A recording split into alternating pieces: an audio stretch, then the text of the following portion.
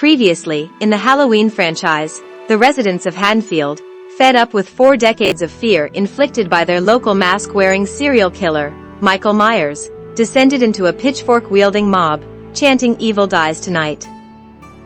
Unfortunately, it was a foregone conclusion that they would not be successful in their crusade, because the film Halloween Kills was only the second installment in David Gordon Green's trio of Hello reboots, and he still needed a Myers for the final film, Halloween Ends. And end it does, not with a scream but a whimper, or perhaps, a sigh of relief that it's over, the franchise that is, at least for now. Halloween Ends has the feeling of dire obligation, and it's clear that no one's heart is really in this anymore. The limits of narrative possibility in Haddonfield stretched beyond their max. The writers, Paul Brad Logan, Chris Bernier, Danny McBride and Green, don't seem interested in writing real characters, but rather in proclaiming vague archetypes and platitudes about evil, declared in narration by Laurie Strode, Jamie Lee Curtis, who is finally writing her memoir. Laurie describes evil as an infection, which is the main plot of Halloween Ends, a story about the lasting effects of violence that ripple outward and can reverberate for generations. There's also a half-baked exploration of the ways bullying and name-calling can result in a self-fulfilling prophecy that in Halloween Ends acts as a sort of vampirism, or even a death curse trope. Halloween Ends returns to where it all began, with a twist.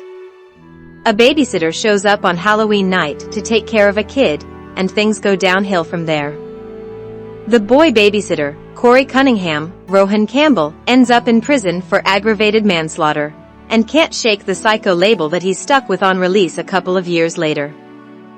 The only person in town who gives him the time of day is Laurie's granddaughter Allison, Andy Matichak, now a nurse, who knows a thing or two about being judged.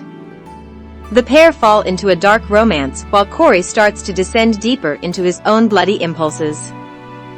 There are a few inspired and stylish moments in Halloween Ends, as it takes a turn away from the lean slasher aesthetic that marked John Carpenter's original film, and plunges into a swoony, neon-soaked vibe reminiscent of Catherine Bigelow's Near Dark, Joel Schumacher's 80s horror films, and even David Lynch's Wild at Heart.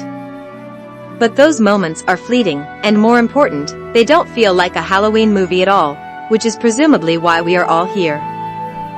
So after that strange, yet interesting, diversion, it's back to Laurie to see if she can wrap things up once and for all, complete with refresher clip packages. By the time we get to the last act for the final denouement, really, it better be final, all of the energy has been sapped, and it feels like a compulsory trudge to the finish line.